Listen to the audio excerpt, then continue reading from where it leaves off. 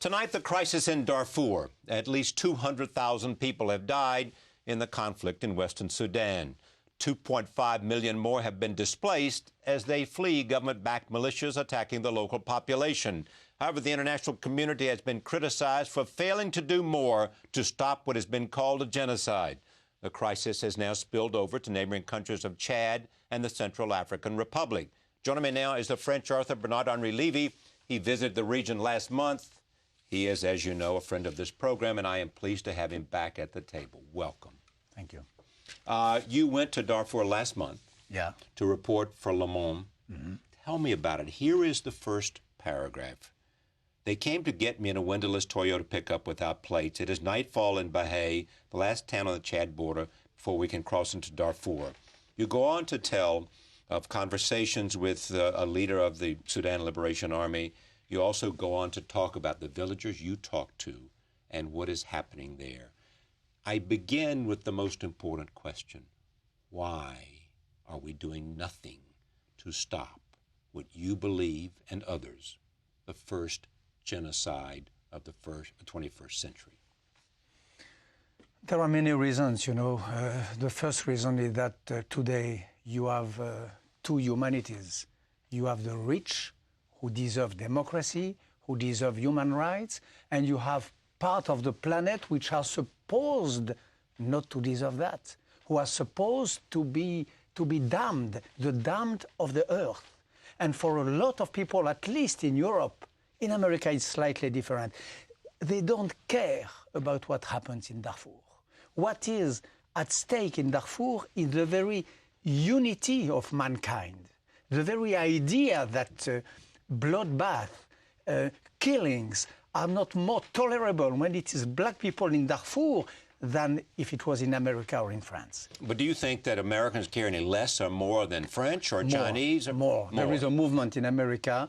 America is not always bad. Yeah. There is a real movement of solidarity in America, which does not exist to the same extent in France. And I did that. I did this report, and I did it the way I did, in order to try to launch something in Europe.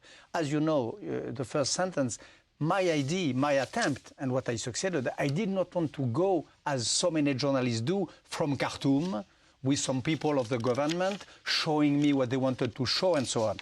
I smuggled myself across the border. I made 400 kilometers inside Darfur with a group of guerrillas without any Khartoum environment. So I saw the reality of this conflict. And what I can say is that what I saw is beyond imagination and is beyond what has been told. It is worse. It is worse. Okay, stop. Tell me what you saw and why it is worse than what even you might have imagined, but certainly more than what has been said. It is worse because we have a sentence in French which is terre brûlée, burnt earth. Burnt earth, you know, burnt ground. Yes. It is a reality of this part of Darfur. No humanity is left. No trace of humanity. The only remnants of humanity in these 400 kilometers are some circles, black circles, which indicate the places where huts were.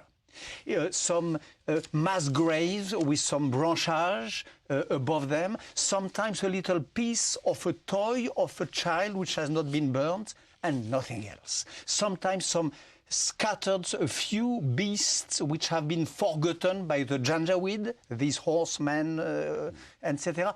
No humanity. I saw many wars, Charlie. I saw war in Bosnia, I saw war in Angola, I saw war in Burundi, in Rwanda. I never saw that. Such a desertification, such a deshumanization, no trace of humanity.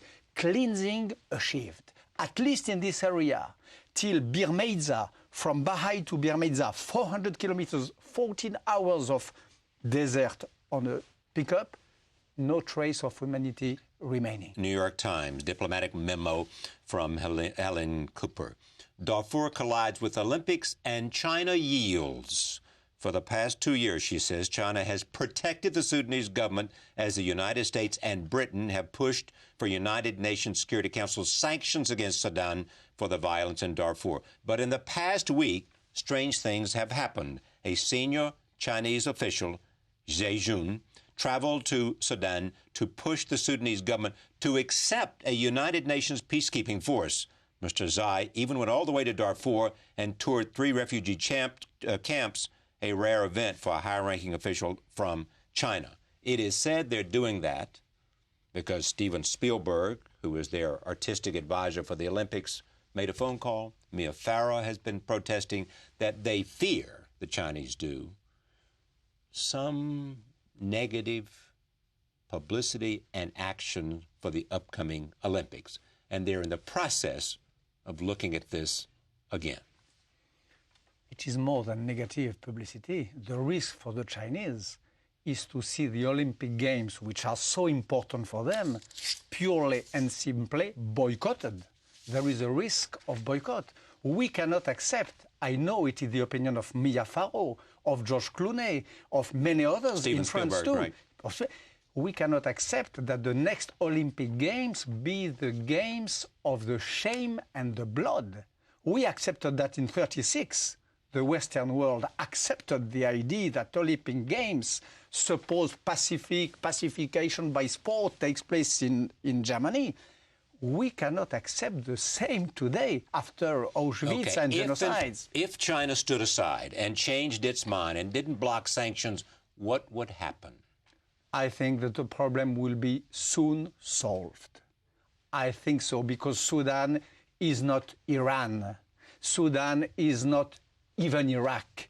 It is not such a big it is not such a big deal to twist the arm of the Sudanese regime. They are vulnerable to sanctions, to financial, economical, and human sanctions on the responsible of the bloodbath. They are vulnerable to that. We can do it. We can do it. Of course we can. And sending how many peacekeeping troops? 25,000? I think it should be a little more. I think it should be a little more. But we have some examples in recent history. It can work. It would stop the bloodbath, and it would oblige the Sudanese government to go back to the table of negotiation. One thing I bring back from my report, and I bring evidence of that, is the direct involvement of Sudanese force, official commanders in the group militias of Janjaweed. Generally, we are said, and the Sudanese government says, okay, it is just band of Janjaweed, uncontrolled, they do what they want, we cannot anything. I bear evidence, images, photos, proofs of the fact that they are inside the Janjaweed, they frame the Janjaweed, and they command the Janjaweed. They are on the top of the thing. There is a letter from a group of European intellectuals, of which you are one, Umberto Eco, Günter Grass, Václav Havel, Seamus Heaney, Harold Pinter, Tom Stoppard, and others, basically appealing to the UN in this way. In the name of that common culture and those shared values, we call upon the 27 leaders to impose immediately the most stringent sanctions upon the leaders of the Sudanese regime. Forbid them our shores, our health services, and our luxury goods, freeze their assets in our banks, and move immediately to involve other concerned countries.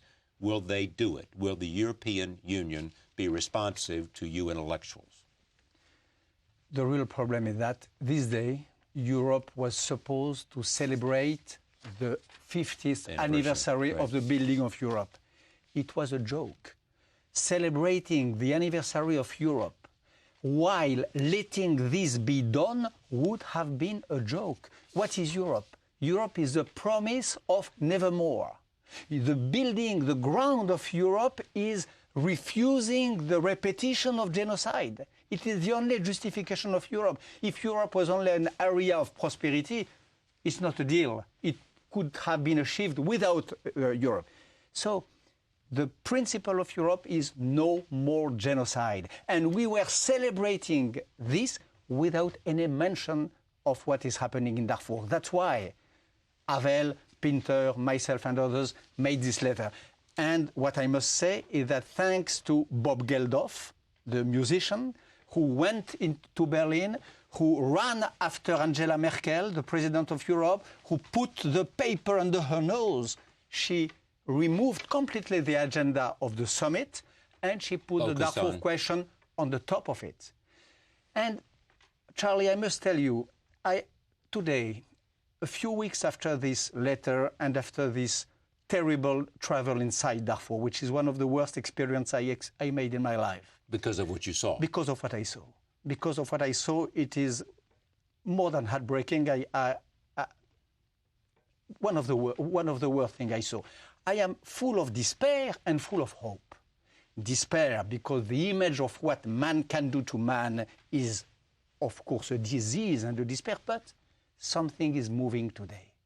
Because of all that, because of all this public opinion movement in America and now in Europe, because of these joining forces between all of us, we are achieving some result. The Chinese man you just quoted, the fact that the Sudanese are less and less comfortable with their jacket of butcher, of human butchers, something is happening.